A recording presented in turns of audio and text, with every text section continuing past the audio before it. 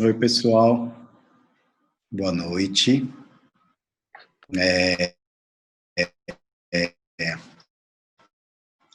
Estamos de novo aqui, todo mundo, a participação. E de novo nesse formato, né? Que é um formato ainda novo para a gente, megalo, para a gente pororoca, né? Para a gente megalo em termos de trabalho nem tanto, porque de algum jeito a gente estava acostumado com essa coisa de home office e tal. Mas de evento, de Pororoca, sim, é nosso segundo evento trabalhando nesse formato. E a gente está até hoje estreando o formato novo aí, né? Vamos ver se corre tudo bem e tal. Mas eu quero agradecer a todo mundo que está participando. É legal a gente ver a participação, a gente tem sentido uma participação legal.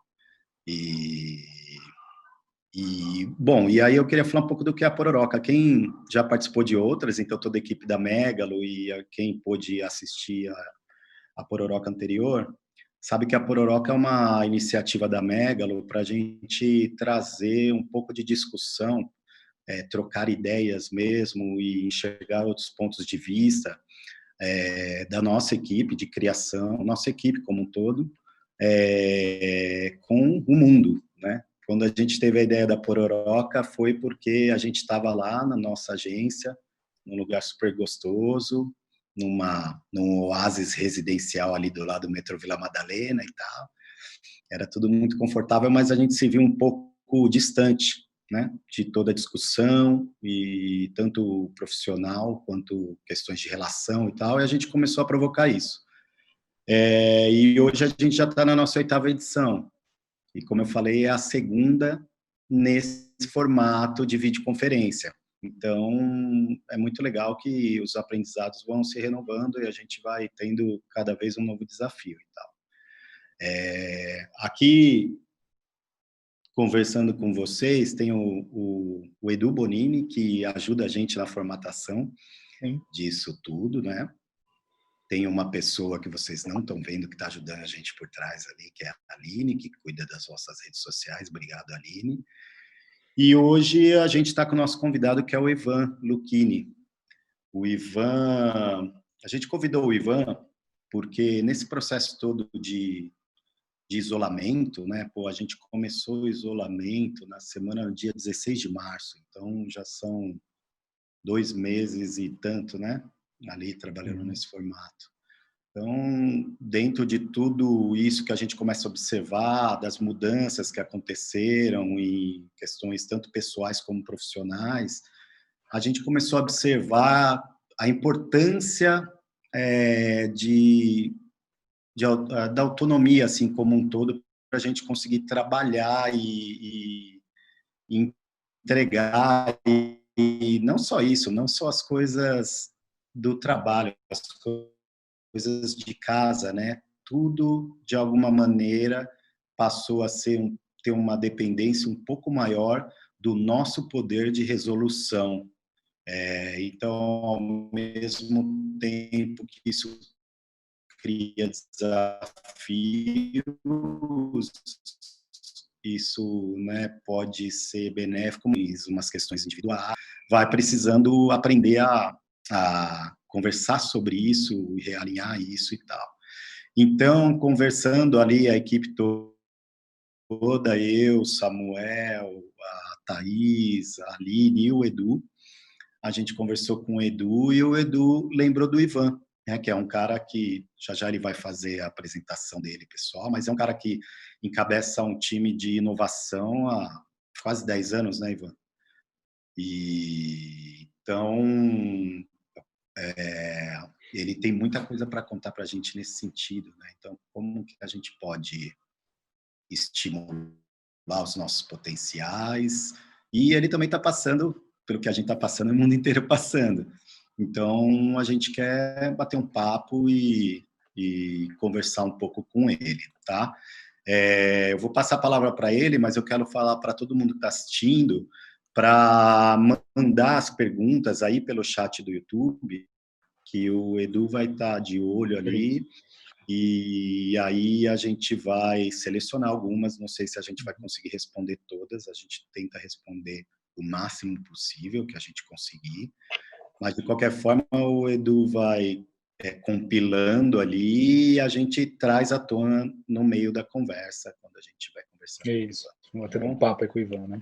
Isso aí.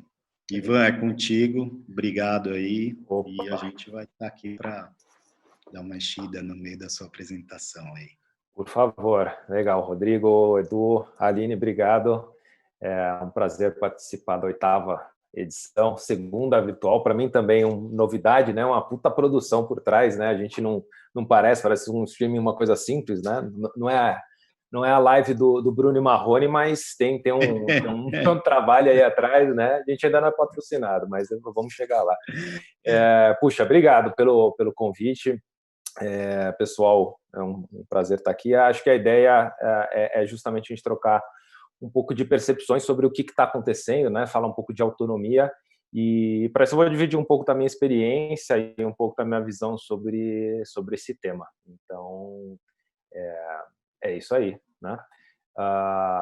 Não sei se já está rolando a minha tela, mas espero que sim.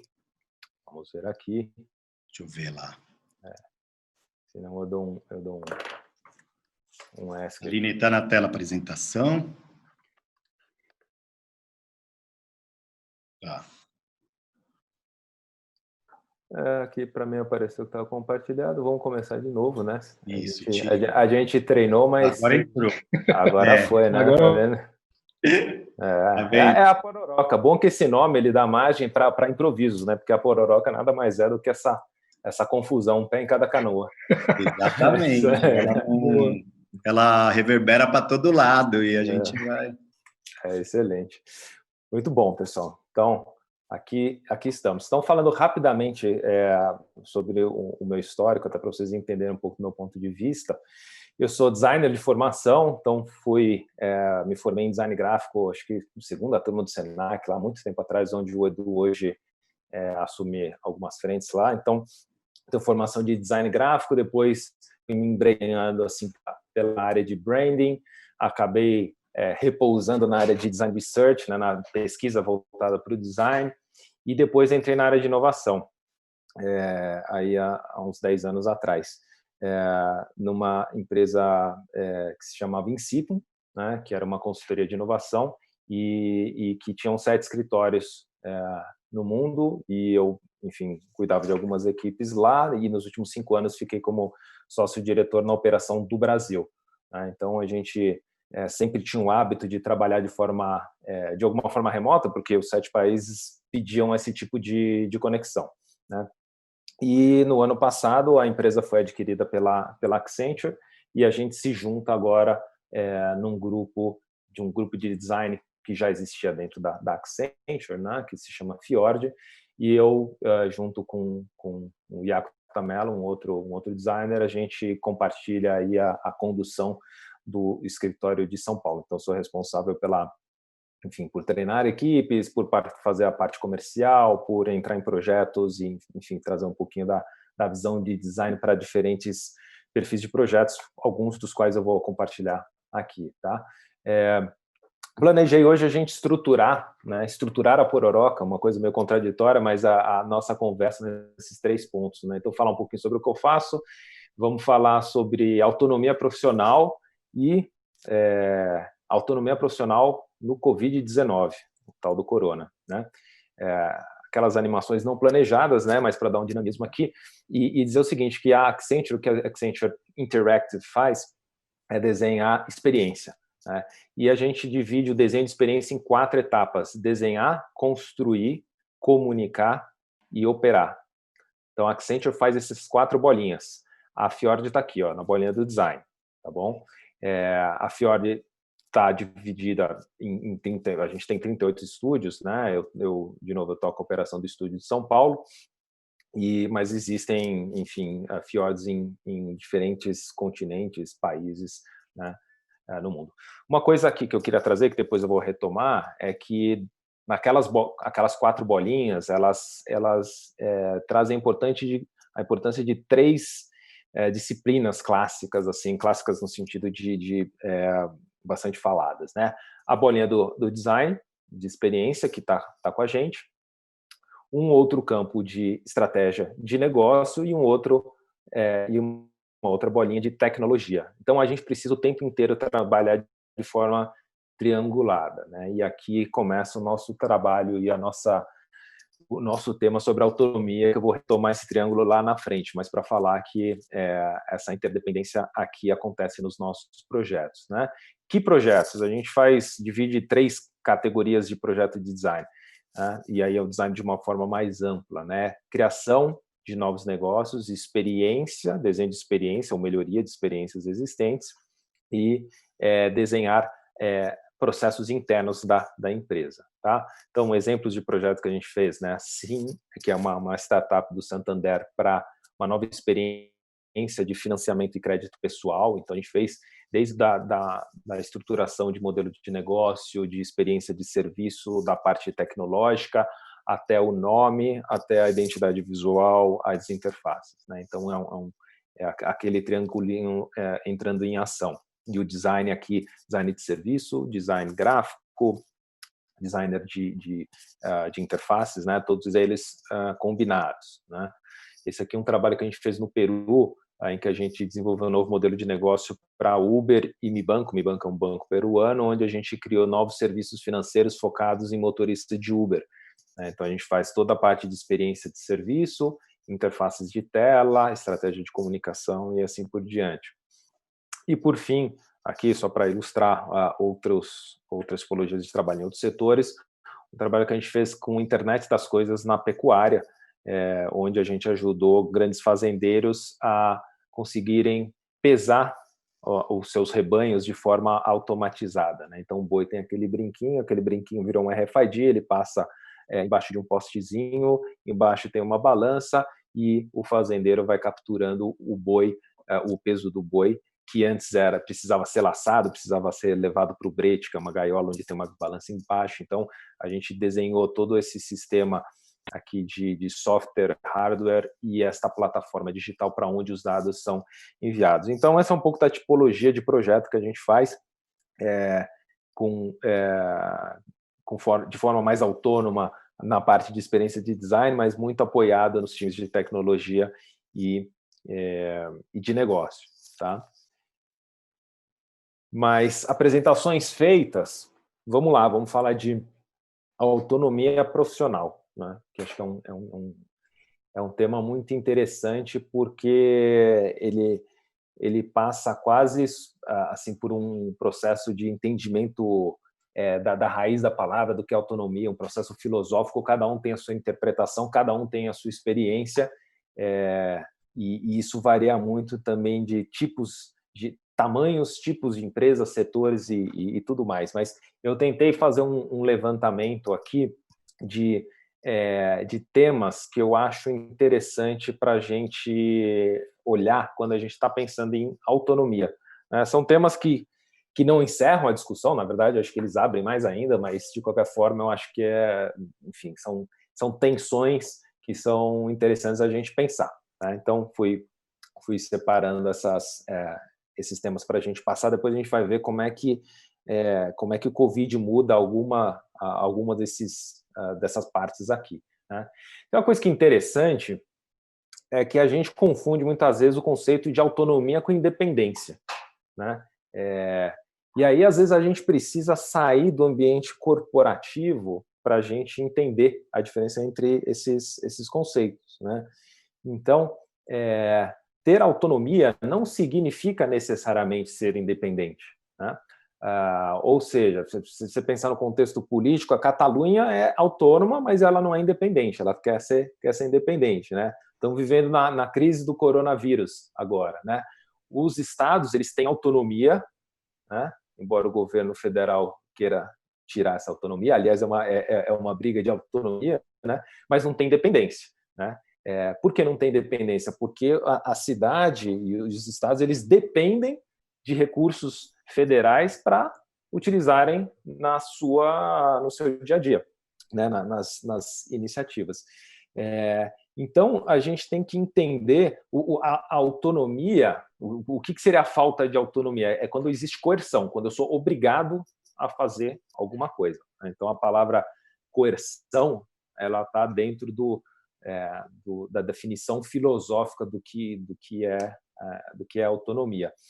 Então, a gente precisa entender que dentro da empresa, né, dentro dos nossos estúdios de design, ou dentro da Accenture, etc. e tal, eu tenho autonomia, e eu posso ter essa autonomia num processo de hierarquia, sim, mas eu não tenho total independência.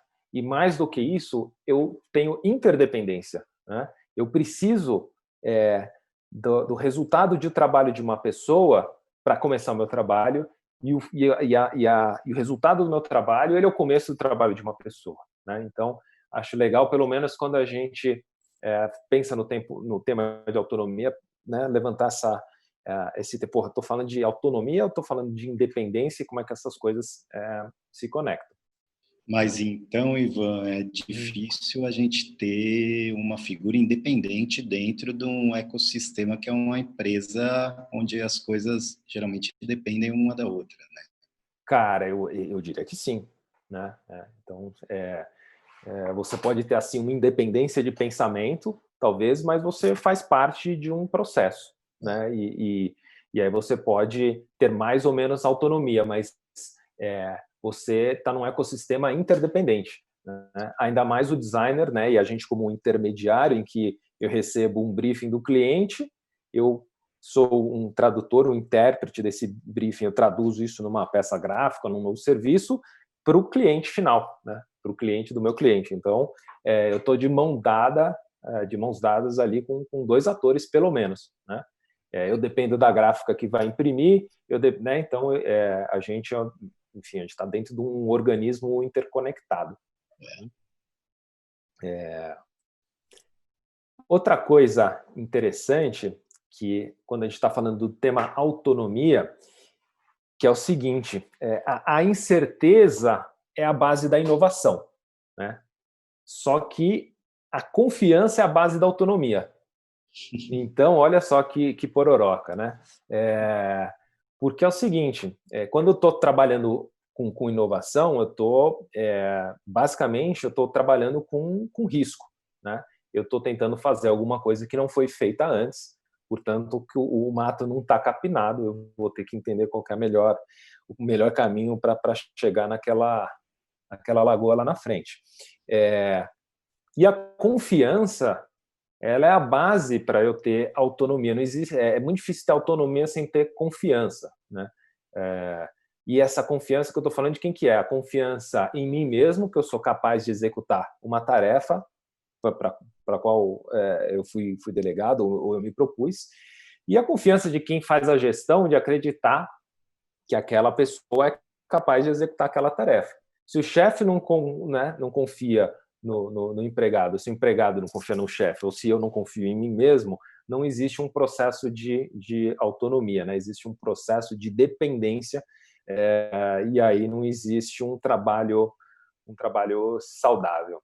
Aí existem diferentes tipos de liderança e tal, né? Então, por exemplo, tem lideranças que falam assim, puta, eu confio em você, você tem que provar primeiro. Tem outros tipos de liderança que falam, cara, eu confio em você até que você faça uma grande cagada, né? Mas, e aí cada um vai conquistando a confiança de uma forma mais orgânica.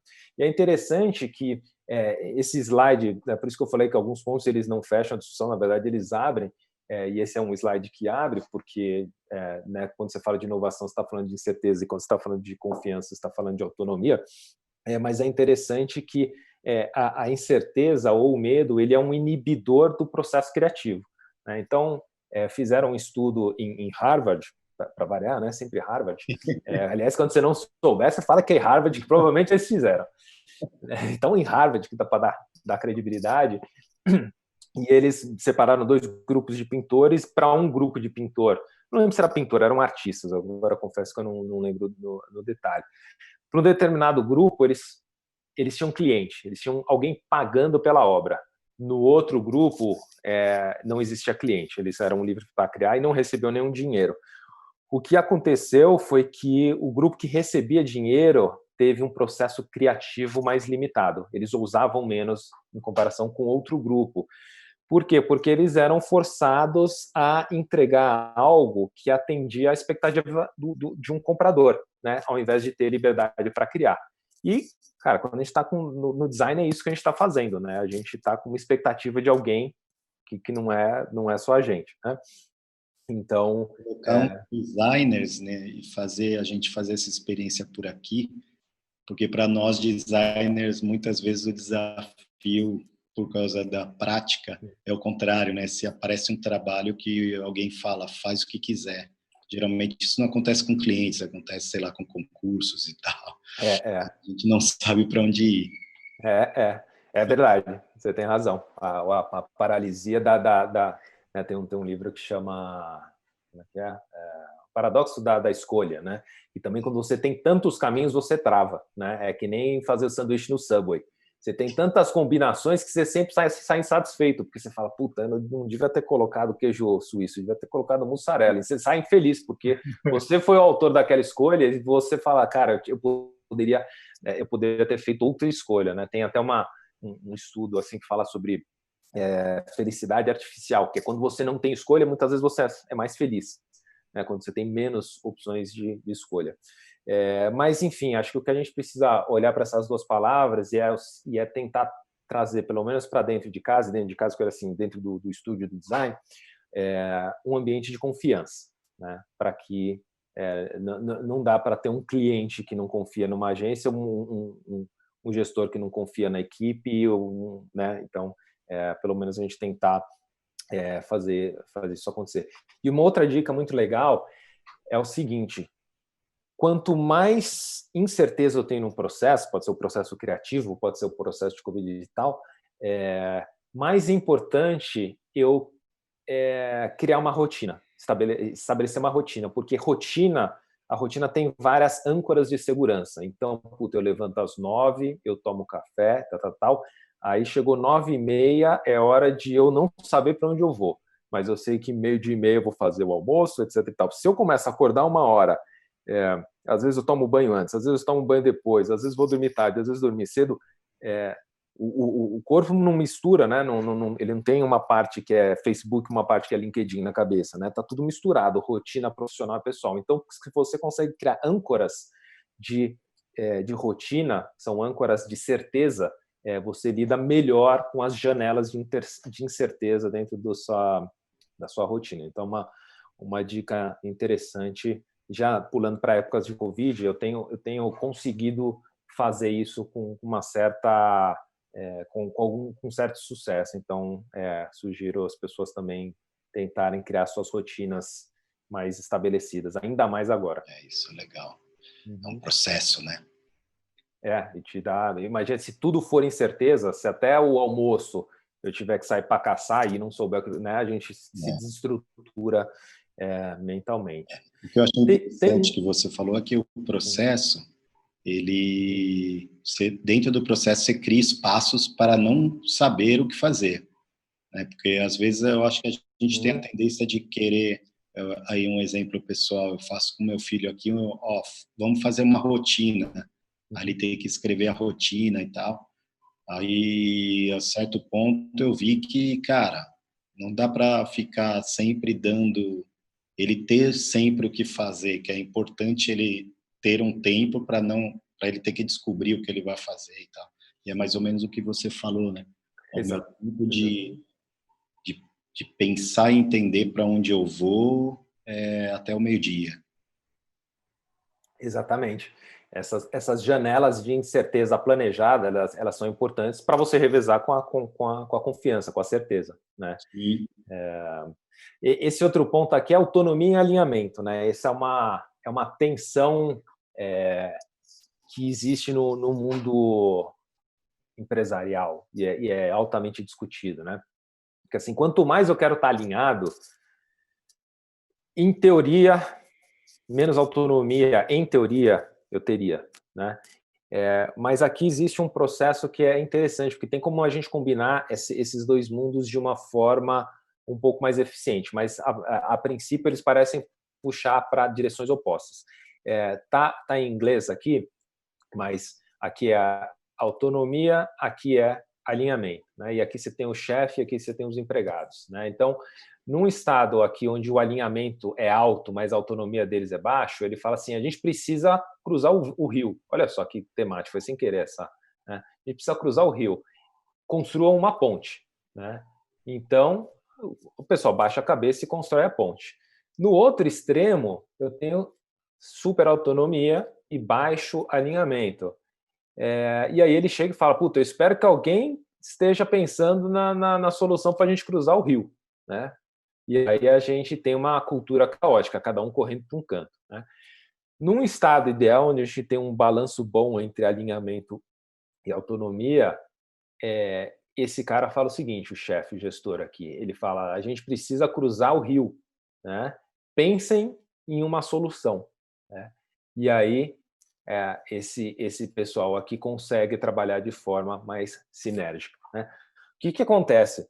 No geral, e aí talvez mais culpa dos gestores, estou falando de gestor, nem gosto dessa palavra, tá? Mas se alguém tiver alguma melhor aí, manda no chat, né? Gestor é dureza. Mas assim, o que acontece? Quando eu peço para o meu funcionário, para o meu colaborador, para o meu designer, enfim, para a minha equipe criativa, eu níveis de solicitação.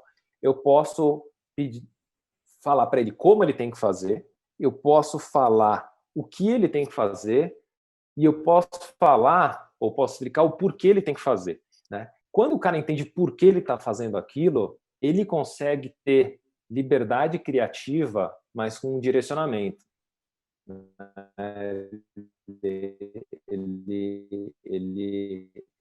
Ele vai cruzar o rio, mas ele vai gerar várias soluções para o rio.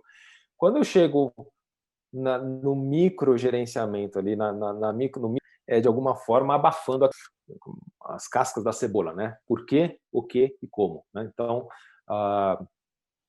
no geral, quanto mais júnior a equipe, né, ou quanto menos experiência profissional, mais você tem que, de alguma forma, instrumentalizar com algumas ideias de como. Mas é muito importante a gente não deixar de entender o porquê, de compartilhar o porquê, né? Senão, a gente não consegue amadurecer a equipe e a gente tem pessoas que ficam enfurnadas, principalmente agora, e elas vêm com resultados que estão completamente, né, desalinhadas para cruzar o rio. Outra matriz corporativa bacana que ajuda a pensar a gente pensar de forma legal sobre autonomia, que é a tal da importância versus urgente, né? Você tem coisas que são importantes, mas não são urgentes, você tem coisas que são urgentes, mas não são importantes.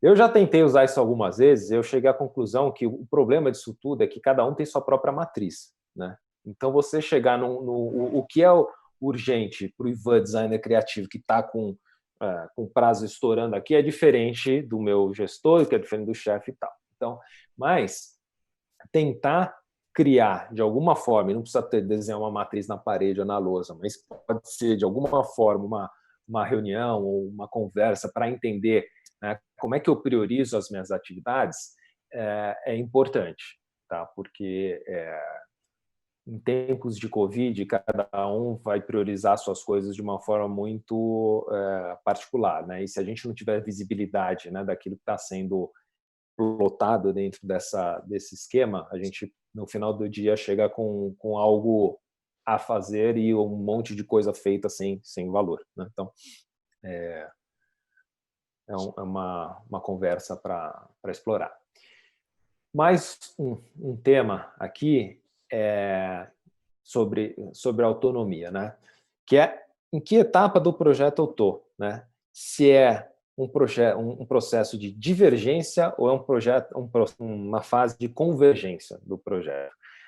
A fase divergente diz o seguinte: eu estou criando opções, então quanto mais quantidade, melhor. Então, eu estou trocando fonte, eu estou fazendo 1 milhão de layouts, eu estou dando ideias diferentes para uma determinada área de oportunidade com serviço, estou enchendo a parede de post-it, estou enchendo o Illustrator de opções e tal. Chega um momento que a gente precisa começar a fazer escolhas, né? E dentro de cada um desses momentos, eu tenho um processo mais introspectivo e, às vezes, um processo mais colaborativo, né? No geral, o processo de fazer escolhas ele é um processo onde existe mais interdependência e menos autonomia, né? Eu preciso entender daquelas várias opções que eu acabei criando quais fazem mais ou menos sentido.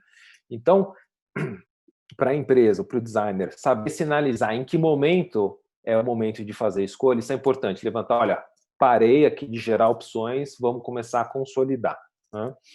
E acho que o tema que eu queria trazer do triângulo, né, que eu acabei antecipando com vocês, era o seguinte: hoje em dia, desafios complexos, né? Então, a gente tem que desenhar um serviço, mas esse serviço se conecta entre duas empresas, né? Banco Uber é uma plataforma digital, mas também é um serviço que você pode fazer de forma offline, são duas indústrias diferentes e tal. É muito difícil achar alguém que consegue fazer isso sozinho, né? Então, e alguém, às vezes, não estou nem falando alguém indivíduo, às vezes uma empresa precisa se conectar com várias outras empresas, né? Então, essa coisa de gerar uma solução de forma autoral, ela está se extinguindo cada vez mais. E você precisa fazer um processo co-criativo, né? O co-participativo, pelo menos, né? Que cara, eu entendo de um pedaço desse universo e eu preciso dar as mãos para quem entende da outra história, né? E aí não existe independência total, né? Muito pelo contrário, existe uma interdependência entre esses pedaços. E a gente tem que estar aberto para falar, a gente tem que falar a língua do cara que fala de negócios, a gente tem que falar a língua de quem fala um pouco de tecnologia, né? A gente precisa ter um vocabulário comum, são pessoas que têm outros estilos de dividir um projeto, são pessoas que têm outras expectativas e outras visões, e coordenar esse time requer muita empatia, jogo de cintura e tal, né? Então, claramente, esse aqui é um modelo que ele aponta para uma direção contrária do gênio criativo ou do design autoral, né? Quando a gente está falando de criação de sistemas complexos. O que não quer dizer que não existe a independência intelectual das pessoas que estão produzindo aquilo, que não existe a interpretação individual, que não existe o olhar, né, o processo de análise de cada uma das pessoas. Mas significa que aquilo não está do começo ao fim, né? De novo, aquilo é insumo, é ingrediente para o trabalho de outras pessoas. Sim. Isso que você está falando, Ivan, é interessante para a gente, né, para a Megalo como empresa, porque a gente está muito nesse momento de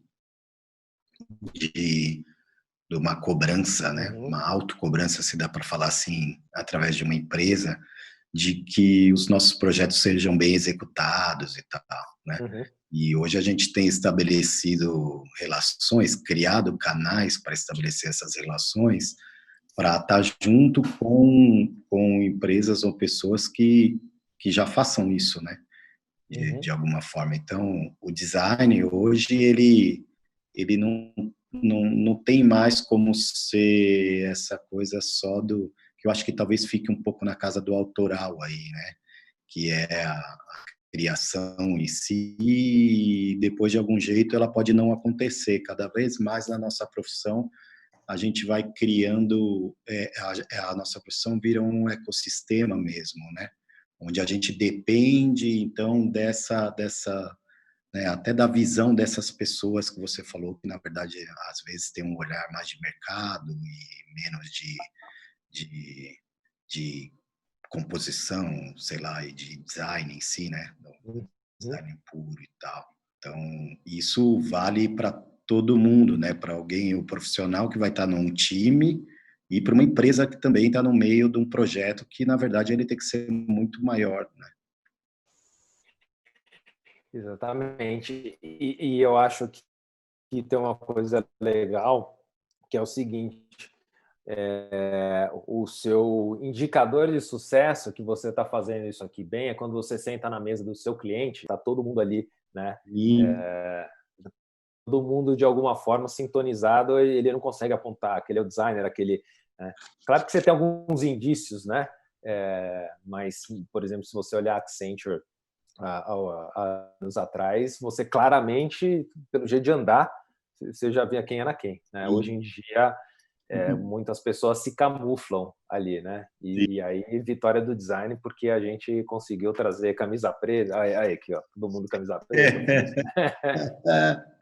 Isso também deve mudar, né, cara? Uma curiosidade, mas eu acho que quanto mais vai se mesclando, cabeças diferentes que vêm de algum jeito, bebem de fontes diferentes e tal, e depois vai acontecendo essa troca, essas influências, um vai influenciando o outro também. Talvez a tendência é que seja todo mundo mais parecido dentro desses projetos, pelo menos, né? Total, não. E quando você vê alguém de negócios explicando a área, né, a solução a partir da perspectiva do negócio, você fica encantado, assim, porque o cara consegue ter uma capacidade de tecnologia em trazer referências, enfim, eu acho que todo mundo ganha, no final das contas. E isso dá para trazer para a gente numa estrutura menor como uma coisa até de como a gente deve pensar em passear por áreas que talvez a princípio não seja a nossa entrega principal dentro da agência. Por exemplo, um designer ser um cara mais participativo, é isso? Participativo. Participativo em relação a reuniões ou ao contato com o cliente, ou enfim, né? Porque às vezes a gente mesmo como agência de design, a gente cria uns muros, né? O criativo está aqui, deixa ele criar e tal, né? E eu acho que a ideia agora é que essa coisa aconteça de outra forma, que esse cara já esteja participando muito de antes, né? E não só como ouvinte, dentro do que você está falando aí, ele tem que ter um olhar crítico, uma atuação com uma certa relevância, né? E olha só, o que não é a pororoca, se não trazer gente com olhares diferentes para discutir, né? Você teve finanças e design, não teve? Eu vi lá não vi a gravação, mas vi o chamado lá. Então, putz, é isso, né? A gente precisa criar um dicionário, um vocabulário comum para a gente se entender, né? Isso aí. E aí tem uma última aqui, antes da gente entrar no cenário do Covid, uma última reflexão aqui das tensões, que, no fundo, uma coisa que eu percebi é que a autonomia e aí muito da experiência profissional, muitas vezes ela está menos ligada, de fato, ao domínio técnico e a expertise daquela prática mesmo, e ela está muito mais na sensibilidade da pessoa perceber qual o tamanho da merda que vai dar se algo sair errado, né? Então, quando você tem uma dimensão do que você está fazendo, né? Se der errado, o que vai acontecer? Você se sente mais confiante, você tem mais autonomia para fazer aquele processo.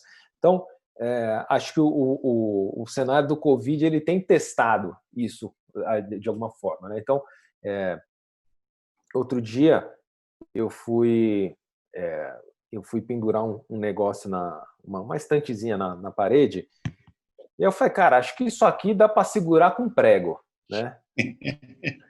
Aí falei, beleza. Aí falei, cara, não vai segurar com prego, acho que vou ter que usar uma furadeira. Só que a furadeira vem, qual que é o tamanho da merda se tiver um cano atrás, no Covid eu tiver que chamar alguém para consertar isso? Vai no prego, né? Então, assim, você fazer essa projeção de impacto, qual que é a probabilidade, né? A probabilidade de ter um cano aqui nesta parede que divide com o meu banheiro? Moderada, né? Qual a probabilidade de eu usar uma furadeira que eu usei 2 vezes na vida antes de ter um cano? E isso, né? Então, acendeu o farol amarelo para mim e eu pendurei com 12 pregos a tal da prateleira, mas ela está lá sustentada com prego. Porque eu fiquei, então, eu fiz uma matriz de risco na minha cabeça para eu não deixar de agir. Eu pendurei a tal da prateleira. né? Eu poderia ter decidido falar, não, deixa acabar o Covid lá em fevereiro de 2021, eu penduro isso, mas não. Eu me arrisquei porque eu fiz uma matriz de risco, eu falei, tá bom, eu tomei uma ação. Então, eu acho que quando a gente está se lançando num desafio novo, ou a gente quer, estamos falando de autonomia, num cenário de incerteza e tal, a nossa capacidade de mensurar o risco e o impacto que isso vai ter, a probabilidade de... Né? Então, tem que fazer um exercício. A gente está com medo, às vezes, experimentar qual que é o pior que pode acontecer. Né? Se acontecer isso, como é que eu remedio esse problema? Né?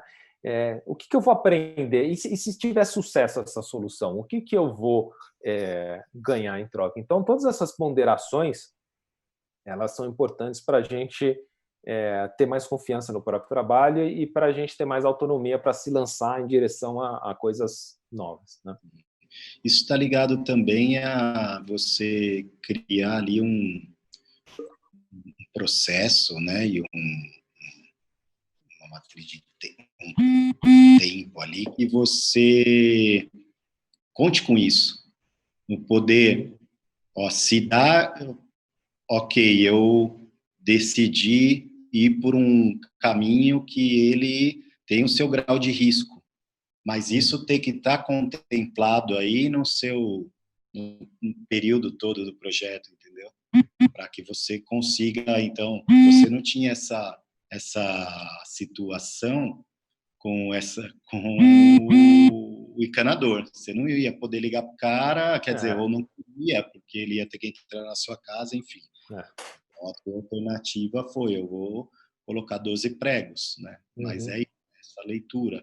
Às vezes, se você não tivesse essa sensação da Covid, essa situação da Covid, você ia falar, não, eu vou furar aqui. O máximo que vai acontecer é eu ter que fechar o registro e ligar para o cara. Exatamente. Ia mudar para um verdinho, talvez, aqui, ou para um amarelo mais fraco, né? É isso mesmo. E alguém com mais experiência, no fundo, já passou por mais situações e sabe dimensionar, né, o que é um grande problema e como é que... qual que é o impacto e qual que é o remédio para aquele furo no cano. Né? E eu queria até te provocar sobre isso, porque quando você falou lá em confiança, era confiança e o quê? Era confiança e incerteza. Então, mas isso ele está muito ligado também ao quanto a capacitação de cada indivíduo, né?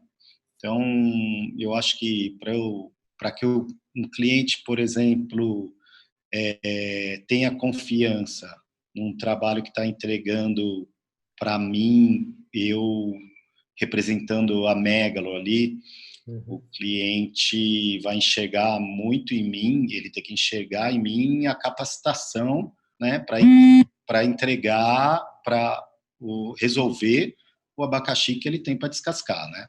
E eu acho que em relação a colaboradores e líderes e gestores, tal, a mesma coisa, né? Então, eu acho que isso vai estar muito envolvido sempre, entende?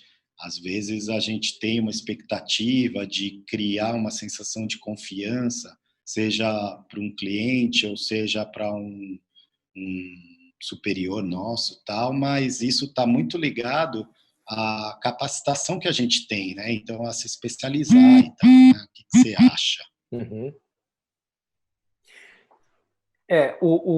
Quando a gente está falando, o cliente, de alguma forma, ele está recorrendo a gente porque ele quer minimizar o risco de alguma coisa, né? Sim. Às vezes tem, assim, tirando a lente rosa e colocando uma lente mais cinza, assim, no geral, os grandes movimentos das empresas, elas estão muito mais ligadas para correr do risco do que numa ação de coragem, né? É muito mais reativo, né? É muito mais o instinto de sobrevivência que está falando ali do que o interesse de criar, muitas vezes, algo novo.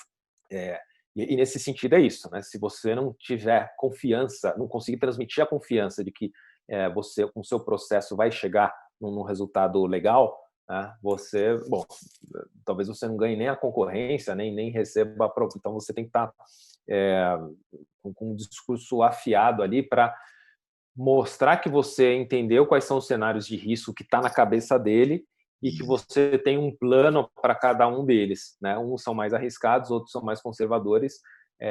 A gente sugere, no final a decisão é dele, mas enfim, assim né? Sim, é por aí mesmo. Uhum. É.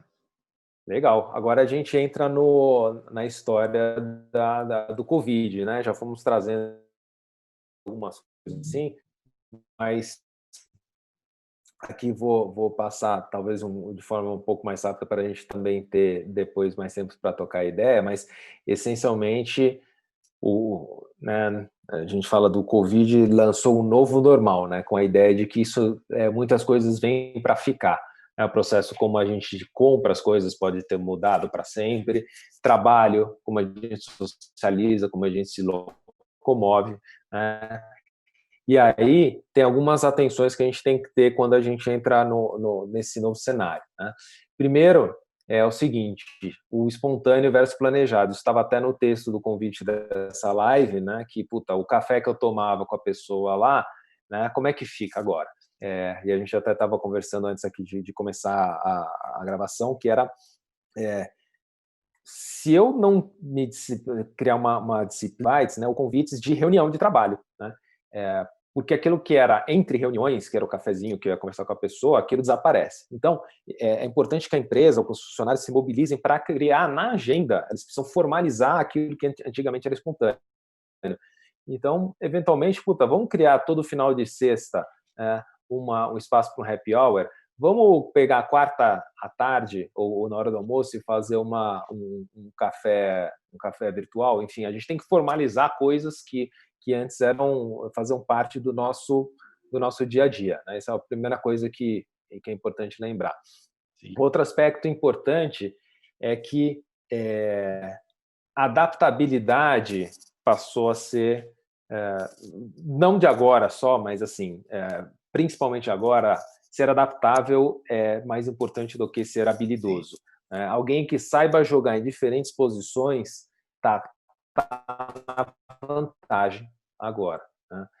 Então, a gente está equilibrando vários pratos, né? E entre o Covid, uns pratos começam a cair mais que outros. Eu tenho que jogar em diferentes posições, né? Não adianta eu me ater ao cargo, não, eu sou diretor da Fjord, então não faço XYZ, ou eu sou designer de serviço. Não, a gente tem que trabalhar com versatilidade, com adaptabilidade, tem, enfim, a tal da palavra resiliência também aí sendo desgastada, né, que eu acho um pouco complexa também até certa medida.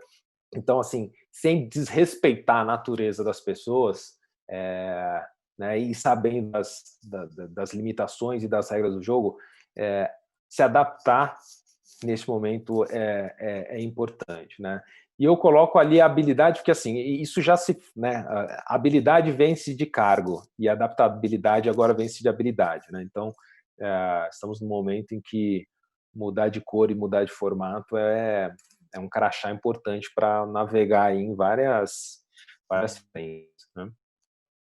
E isso não vem só também na entrega em si do trabalho, mas não só no nosso próprio ambiente, né, físico. Uma adaptação, quem se adapta fácil a trabalhar em um ambiente diferente do que trabalhava antes, já sai na frente nesse período, né? E também na parte até comercial da empresa, né? Putz, antes eu não vendia projeto por menos de, ou não fazia esse tipo de projeto. Cara, assim, eu estava vendo a matéria outro dia de salão de cabeleireiro se transformando e vendendo comida. Assim, que, é isso, né? Então, o governo não dá apoio no tempo certo ou nas condições certas, né? Você está ali com modo de sobrevivência, né? Então, a adaptabilidade aqui é importante. E acho que o designer, na verdade, ele tem uma vantagem nesse aspecto. Lá daquelas 3 bolinhas de design, negócio e tecnologia, a espécie mais adaptável, no meu entender, é o designer, aí, puxando a sardinha para o nosso lado, né? Porque a gente foi educado naquela teoria do teste e erro, né? A gente foi acostumado a prototipar, a visualizar as nossas ideias, né?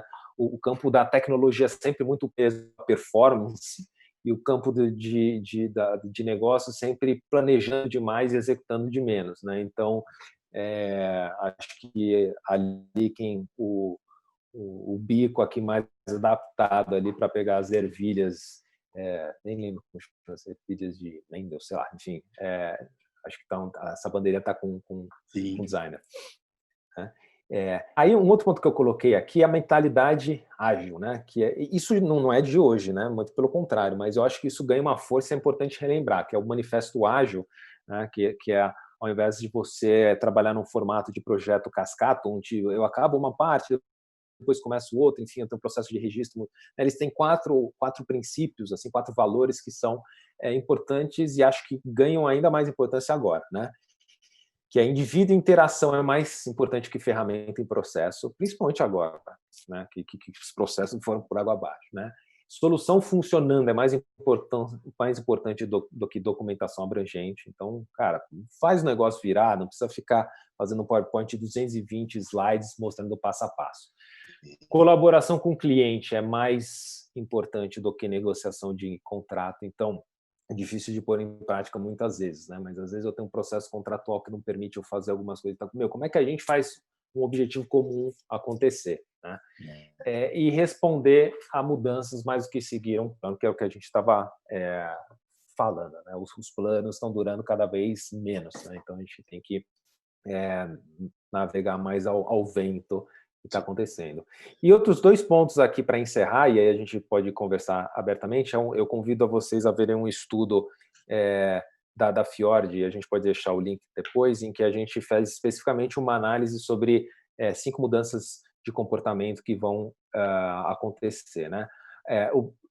Trago 2 que eu acho que tem mais a ver com um processo de autonomia que a gente está conversando aqui, que é o custo da confiança, que a gente vai começar a valorizar aquilo que é mais familiar para a gente, porque a gente está num ambiente de risco, né? E a gente provavelmente vai aumentar o nosso individualismo em relação a decisões que possam impactar a nossa saúde física. Então, isso pode ser traiçoeiro para um processo colaborativo que a gente está falando e para o processo de inovação, já que eu vou valorizar mais aquilo que é familiar por um processo de segurança. Estou num ambiente de risco, eu me apego àquilo que é mais familiar. E o último ponto aqui é o custo, que a gente chama de custo da confiança, que aqui é interessante porque ele de novo, não é conclusivo, inclusive ele aponta para direções diferentes, que é o seguinte: a gente voltou a estar na moda agora, entre aspas, assim, a importância da autoridade, né? Autoridade científica, né? Que infelizmente não são todos que ouvem, mas existe a massa precisa ser comandada por uma autoridade, né? Estamos torcendo para que a ciência ganhe nesse processo. Se isso ganhar, talvez, se for bem manejado esse processo de top-down, né, de cima para baixo, talvez esse seja algo que vai ficar um pouco mais perene. Então, a força do Estado, enfim, a obediência à ciência e algumas coisas nesse sentido. Se der merda, né, a desobediência pode ser potencializada. Aí, ao contrário, a insurreição, né, que é quase o que está acontecendo em determinados pontos. O governo federal manda as pessoas irem para a rua e os governadores e os prefeitos falando, não vai não. Né? Então, é uma desobediência ainda política e dentro da esfera democrática, né, na corda bamba ali, mas é isso. Se a gente sair dessa situação e os governadores, os governantes, né, não derem uma solução efetiva, o que a gente pode criar uma insurreição, não só da população, porque, né, de novo, o nosso cérebro não está compartimentado dessa forma. Pode ser que eu desacredite na autoridade dentro do trabalho. Né? O cara pediu para eu fazer, eu não vou fazer. Né? Você cria um espírito de insurreição que ele vai permeando diferentes esferas da sua vida. Então, esse é um último ponto aqui desses 5 que eu acho que no Covid valem a pena a gente prestar atenção. Aí mando um obrigado só para a gente conversar mais agora e enfim, né, não extrapolar o tempo que a gente tinha aqui, não sei se... Tira a apresentação aí, que aí a gente volta na tela cheia. Interromper. Aí. Pô, legal. Cara, agora aqui no final, só falar um negócio, eu passo para você, tá, Edu? Uma coisa que eu achei legal, assim, porque foi algo que aconteceu com a gente ali, quando você falou de colaboração com o cliente. E eu queria até estender isso, assim, né? Esse foi um momento que pediu, né? E a gente procurou fazer com os nossos clientes de chegar e falar, cara, agora mudou tudo, né? Pô, tua campanha de vendas mudou, né? O formato de você chegar nas pessoas vai mudar, o seu produto chegar e tal. O que a gente precisa fazer para resolver isso? Como a gente pode te ajudar, né? Uhum. Eu acho que isso era uma postura esperada, assim, por todo mundo, principalmente de uma agência de design, né? Como que a gente pode redesenhar isso de um jeito que vá ser menos impactante para o negócio ou mais tranquilo para todo mundo que está envolvido, inclusive nós, né? Uhum. Um paralelo com a relação com os nossos pares também, né? Ou não só os pares, todo mundo trabalhando, né? Então, como que eu posso te ajudar a ser, sabe, a produzir mais? Com que dificuldade que você está e o que a gente pode fazer, né? Hoje a gente estava até eu estava conversa com alguns designers, né? Tem coisas que acontecem, por exemplo, começou a dar problema na internet, de um designer nosso e tal, e né, eu procurei falar, cara, o que eu posso fazer para ajudar aí, né? O que a gente consegue resolver juntos, né? E não é de uma forma caridosa, assim, assistencialista, né? É por entender que, assim, isso que vai fazer ser melhor para todo mundo isso eu acho que é uma postura que a gente pode ter sempre, mas eu acho que a gente aprende muito nessa época, assim, né? Então, trazendo para a relação cliente-agência e também para a nossa relação ali profissional com a equipe, né? Sei lá, eu acho que esse lado solidário da pandemia ensina muito a gente nesse aspecto que isso é uma ferramenta eficiente para resultados no trabalho, assim.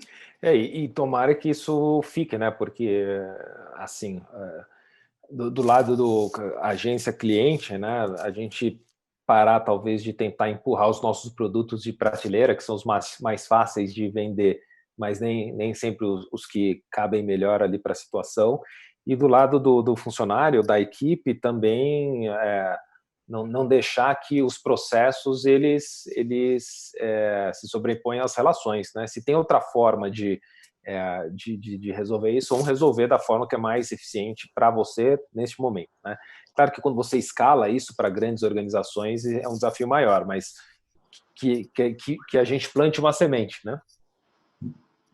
Exatamente. Eu acho que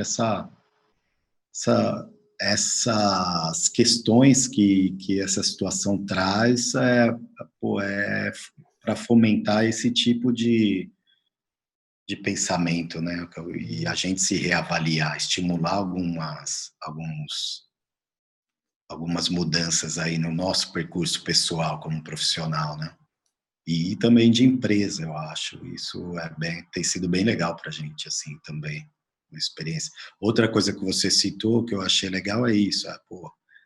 Tinham certos tipos de projetos que a gente, né, não dava tanta atenção e, nesse momento, estão sendo projetos muito importantes para manter a nossa estrutura ativa, todo mundo recebendo, sem precisar negociar nada com ninguém e tal. E no final está sendo muito legal, assim. Então a gente está olhando até com mais cuidado para isso, né?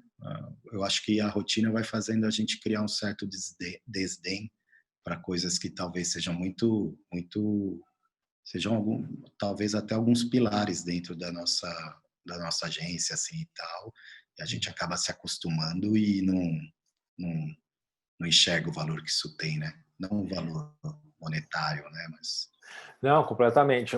Acho que o Covid ele faz uma reflexão pessoal, assim, né, do que você escaneia a sua vida de novo e você vê muito aquilo que tem valor e o que não tem valor, né? Tipo, cara, desde você precisa aprender novas coisas, né? Eu preciso aprender a furar uma parede, eu preciso aprender a lavar meu edredom dentro da minha própria máquina de lavar, que é uma coisa, são coisas impensáveis, né? Da desigualdade social do Brasil, que faz com que em 5 anos eu não tenha utilizado a minha máquina de lavar, pelo menos para lavar meu edredom, né? Então, assim, pedi para minha faxineira ficar em casa, eu estou ajudando ela lá financeiramente, mas, cara, estou nesse desafio. E aí você vê o valor do trabalho que ela traz para cá, né? A importância da casa limpa, enfim, tudo é ressignificado, né? O valor, os valores são repensados, né? Traz aquela questão básica do SUS, né? Mas não Exato. vou entrar, porque isso pode entrar para um aqui que nessa a gente fica... Enfim. Edu, tem alguma coisa aí para gente? Queira falar com o Ivan e tal? Legal. Do chat não veio nada, gente, então vou aproveitar e vou lançar uma questão aqui pro Ivan, de repente até dar uma estimulada na galera que tá vendo, né, que tá assistindo. Ivan, bom, enfim, muito legal tudo que você trouxe, e acho que é legal a interdependência das questões aí, né, trazendo desde o seu primeiro ponto, né. Eu acho que tem umas questões bem legais, cara, tô até revisando aqui as anotações, mas acho que vou destacar algumas que eu achei bem interessante, né. Primeiro, você falou do ponto de que você não gosta da palavra gestor, né, e talvez venha Não do lado gosto. da DM, né.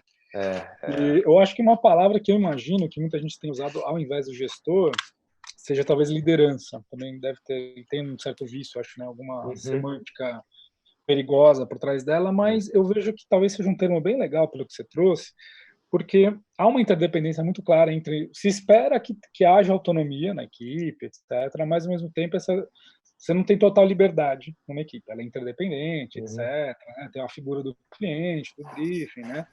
Então, eu acho que assim, só talvez para explorar melhor isso, a importância, então, talvez da liderança é criar o ambiente em que haja, né, talvez assim, sempre deixar claro o porquê de um projeto, o porquê que tem que ser feito tal etapa ou tal coisa, né, como você trouxe a casca de cebola, né, deixar a equipe sempre alinhada, sei lá, todo mundo sabendo as tarefas ou as funções de cada um, né, e acho que para criar também, então, esse ambiente de confiança, né, em todo mundo, até onde eu me sinto confiante de ousar, né, ou de testar, experimentar, quer dizer, ter talvez essa lógica do mapa de risco na cabeça das pessoas, né. É interessante que você trouxe o mapa de risco, porque não é comum, a gente não aprende isso na faculdade, e dificilmente isso é utilizado na maioria dos escritórios, por exemplo, de design, ou mesmo agências, né, que é o universo em geral que a gente acaba trabalhando, né. Cara, mesmo coordenando as pós lá, é o tipo de coisa que a gente não fala muito na pós, por exemplo, né. Enfim, então acho que só talvez você puder explorar um pouco mais essa questão, essa interdependência entre esse papel da liderança, como talvez levar isso para a equipe, né, levar um pouco essas habilidades, vamos dizer, essas soft skills, né, essas habilidades mais comportamentais, da galera também de desenvolver isso na equipe, vamos dizer assim, porque ela não vem com isso, né. Qual seria esse desafio, como você vivenciou isso, sei lá, nos seus 10 anos de liderança, e como é que você tem trabalhado para estimular esse tipo de processo na equipe? Eu acho que o primeiro ponto, e isso até eu aprendi assim, acho que é até legal a gente fazer um paralelo, assim, talvez a analogia direta ela fique meio pejorativa, mas ela é interessante para pensar em alguns pontos, que assim, você pensar na educação de um filho, né? Se você criar a criança, né, está crescendo, ela não sabe dos riscos que você vai fazer. Se você fizer uma super proteção, criar a criança na bolha, depois ela não consegue soltar, né? Então, mas também, ao mesmo tempo, a criança está indo lá, vai cruzar a Avenida 23 de Maio. Você não vai esperar ela cair, arranhar o joelho, porque não é isso que vai acontecer, né? Então, aí você intervém. Então, nesse sentido, aquela matriz de risco é importante e você saber até quando você solta a equipe, em que momento você tem que pular na frente para proteger. Isso é um bom pai, né? Porque é você criar não só uma proteção física, mas também uma independência intelectual da criança, né? Então, em vez da criança perguntar e você responder, você devolver a pergunta, né? O que você acha disso? O que aconteceria se você... O que você acha que aconteceria se você cruzasse a 23 de maio? Né? Qual que seria a pior coisa? Né? Você vê se a pessoa já está com capacidade de discernimento do risco que ela mesma estava correndo. eu assim, tive a sorte de trabalhar com chefes em que eles criavam um ambiente muito seguro, muito confortável, e aquela outra coisa que o pai faz, né, que um bom líder que é guiar pelo exemplo, né? Então, não adianta ficar fazendo slide de BPT sobre resiliência, meritocracia, etc. e tal, se você é um tirano dentro do próprio ambiente. Então, eu acho que a liderança que mostra o exemplo, né, e ela cria um ambiente de conforto. Então, sempre foi claro, e eu tentei sempre deixar claro, que eu colocava as pessoas em primeiro lugar. Então, você pode apresentar o pior projeto do mundo na frente do cliente. Eu não vou te escorraçar, né? Eu vou entender por que isso aconteceu e tal, e nenhum cliente vai se sobrepor à cultura da empresa. Ela é protegida, né? Então, se eu estou falando que esses são os valores que a gente segue, se o cliente vier contra isso, ele vai perder, ou a gente vai deixar de trabalhar com esse cliente e tal. Então, quando você passa esse ambiente de segurança, que eu não vou te abandonar, né, eu acho que as pessoas começam a se sentir mais à vontade e mais interessadas também em evoluir dentro daquele ambiente. Elas estão sempre achando que vão ser demitidas, né? E aí eu vi muita empresa, acompanhei muitas empresas de amigos reagindo de uma forma, deixa eu passar essa sensação que está todo mundo em risco, para as pessoas darem valor ao emprego que tem e trabalharem mais horas. Eu acho assim uma atitude péssima, né? De um amadorismo achar que as pessoas querer ficar com o profissional pela falta de opção, né? Você tem que fidelizar, engajar ele pela cultura, pelo tipo de trabalho. Então, eu faria esse paralelo, embora eu ache ele presunçoso em alguma medida da paternidade, mas ele é interessante para a gente pensar, né, como é que eu consigo criar uma criança de uma forma saudável. Legal. Legal essa última fala que você falou, não criar um ambiente de risco, né? E assim, talvez manter esse ambiente de segurança para a galera, para reforçar talvez que tenha sido a escolha certa, né? Não é falta de escolha, que você fez a escolha certa de estar aqui, porque realmente criar uma relação de longo prazo, né? Fazer a pessoa querer se manter lá, né? E se desenvolver, né, nessa equipe, né? Quanto mais gente vocês conseguirem, né, a equipe conseguir criar mais maturidade, melhor, né? Exato. E acho que é um ponto legal também, só de comentar, que eu não acabei não falando em lugar nenhum, mas não deveria ser a liderança, deveriam ser as lideranças, porque não precisa ser o cara que está lá na ponta. Se fosse uma pirâmide, não precisa ser o cara lá que está no vértice, né? Na Fiord a gente tem várias lideranças, e as pessoas recorrem naturalmente, são lideranças orgânicas, e tem lideranças para diferentes times e para diferentes temas. Tem liderança de diversidade, tem lideranças femininas, tem lideranças de disciplina, e não são lideranças assim, não tem esse papel no organograma da empresa, são lideranças espontâneas, porque eu não posso ser a liderança, eu não posso levantar a bandeira de equidade de gênero, né? Isso seria, né? Não posso de diversidade, enfim, eu posso participar e apoiar, mas eu não deveria liderar, né? Então, acho que a liderança ela deveria ser temática, quase, né? Isso mostra também que existem perfis, né? Então, existe pessoas que você pode estimular a liderança para diferentes frentes, porque cada um tem ali o seu perfil mesmo, né? O seu jeito, seu potencial e tal.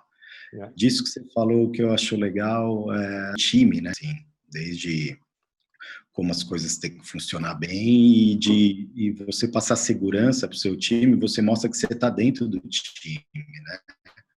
Que você, então, se todo mundo vai sofrer com qualquer impacto que essa pandemia traga, e ao mesmo tempo todo mundo tem que se dar bem quando essa pandemia passar e a gente começar a ser, né, levantar de novo e ter um caminho mais claro pela frente, né? Então, acho que o time é meio isso. Na derrota, todo mundo, né? Todo mundo perdeu. Não adianta. Você nunca vai ser o melhor jogador. Dificilmente você vai ser o melhor jogador da partida se seu time perdeu, cara. A realidade é essa, né? E também da coisa da confiança. Você só vai jogar bem também se você achar que não tem alguém no banco de reserva tentando tomar seu lugar, assim. Não é? Você vai jogar pelo conforto, não pelo desespero, né? Aí você vai estar solto, né, em campo. Eu não gosto dessa analogia com futebol, fica meio o Lula, assim, né? Mas, enfim, mas é interessante, né? Não precisa necessariamente ser futebol, como com basquete, enfim. A analogia sempre tá zoeira, né? Eu tô me arrependendo até agora do negócio da paternidade, mas que eu falei, mas enfim, já ficou gravada aí. Na lista, cara. Puta, não foi a hora que eu comecei a falar, não tinha volta. Tá bom, fica gravada aí, já peço desculpas. Não, ela funciona muito, é que às vezes também tem, né? Não é uma relação tão distante assim, porque todo mundo é profissional e tal, mas eu acho que ela explica bem ali, né? A função de orientador de quem está liderando, né? E agora, talvez essa criança não seja tão pequena ao ponto de não saber atravessar Rebouças, né? Mas aí você vai entender quem, né, tentar ajudar, já que você tem mais experiência com isso, a fazer isso da melhor forma. Isso aí. Legal. O que mais, Edu? É isso, cara. Não tivemos muitas interações aqui. Só, galera, algumas parabenizações aqui, etc. Mas sem perguntas, né? Até o pessoal da equipe aqui tentou estimular alguma coisa. Pessoal, se quiserem, agora é a hora, hein? Tá. Ficou também à disposição para, enfim, acho que tem meu Instagram lá em algum lugar também. A gente pode passar também, assim. Acaba sendo a rede que eu tenho mais utilizada. Tem o LinkedIn também, enfim, né? Mas onde for mais legal, assim, para quem tiver dúvida, a gente pode continuar o papo, né? Tá bom. Mas, cara, eu achei legal, assim, para mim, essa conversa toda traz, tentando chegar no sumo disso, sempre uma relação de comunicação e troca muito clara, né? Entre liderança, equipe, agência, cliente. No final, a gente fala muito sempre em transparência, potencializar e tal. Então, tá tudo ligado a se comunicar bem de várias formas, né? Então, e eu acho que até não só das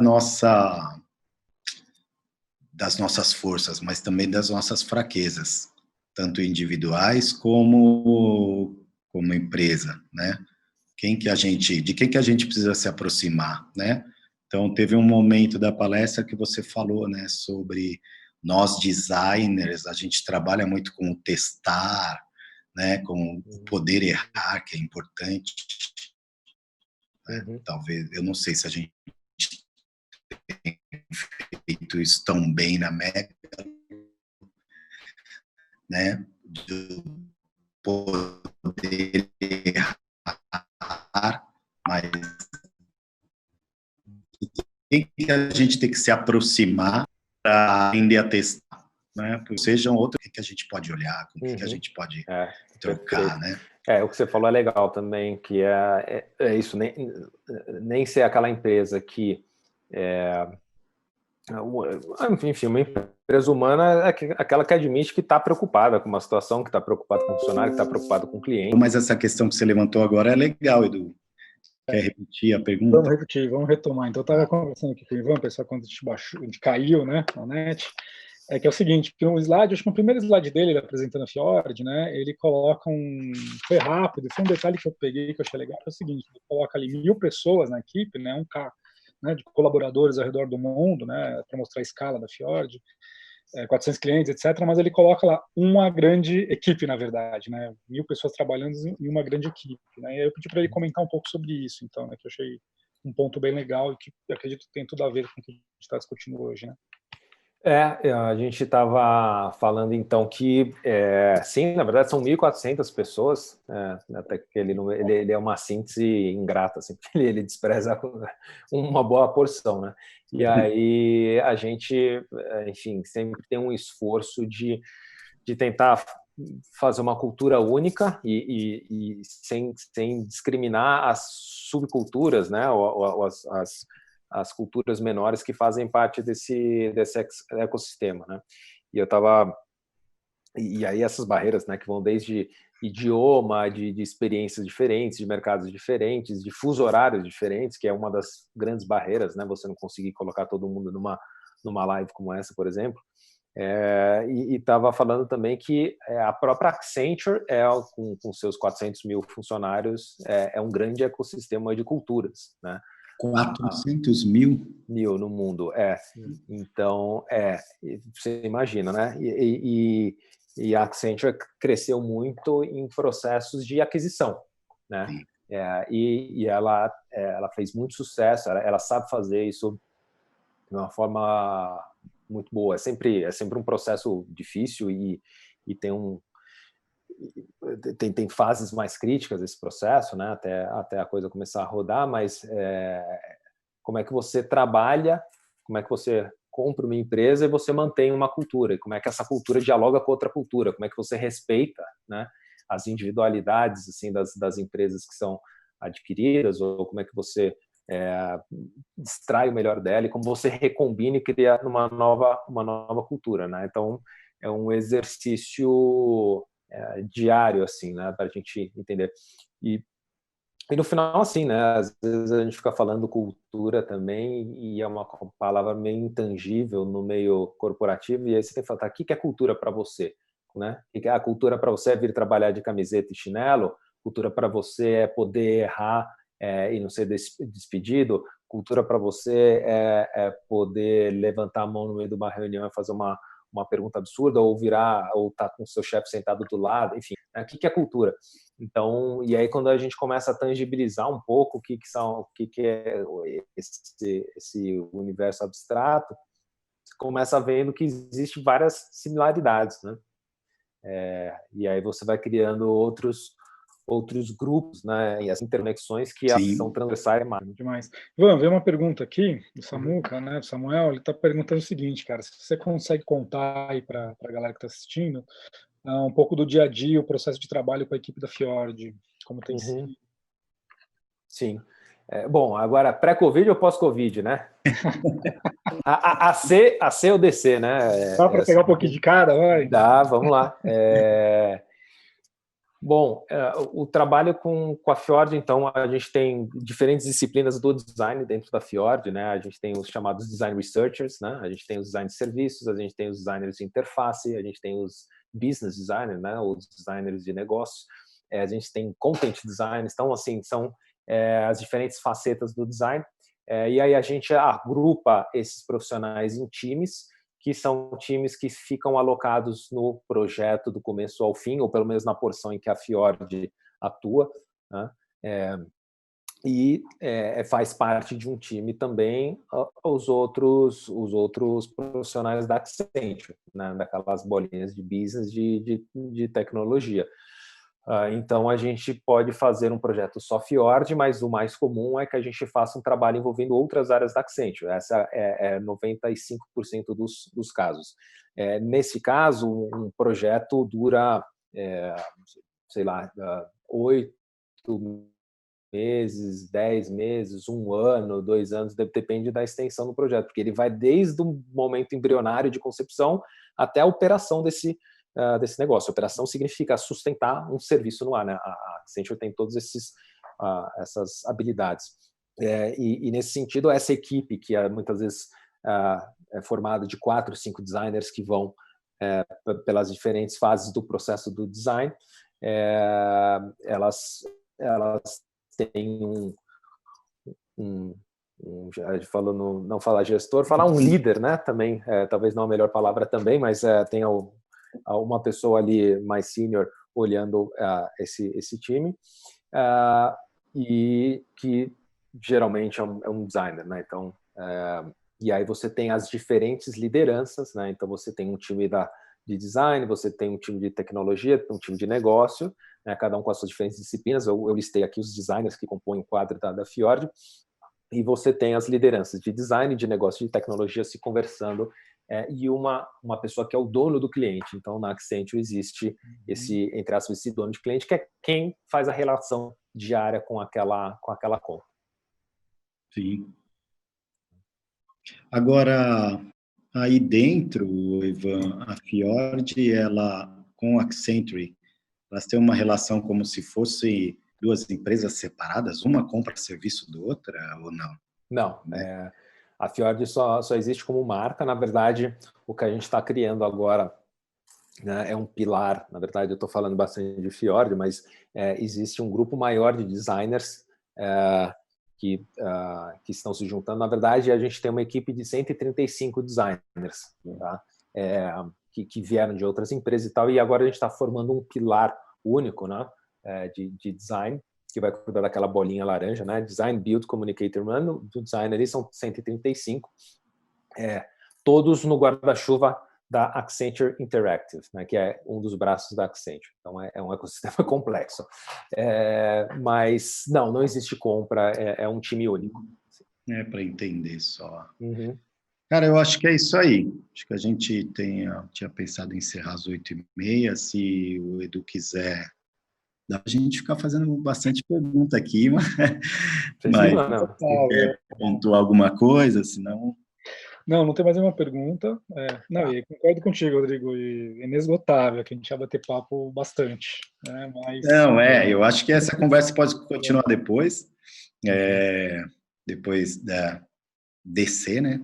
Depois do Covid e tal, também, pessoalmente. Mas eu quero te agradecer, Ivan. Obrigado por se dispor, obrigado pela apresentação. Achei muito legal, concisa e trouxe muita coisa legal para a gente.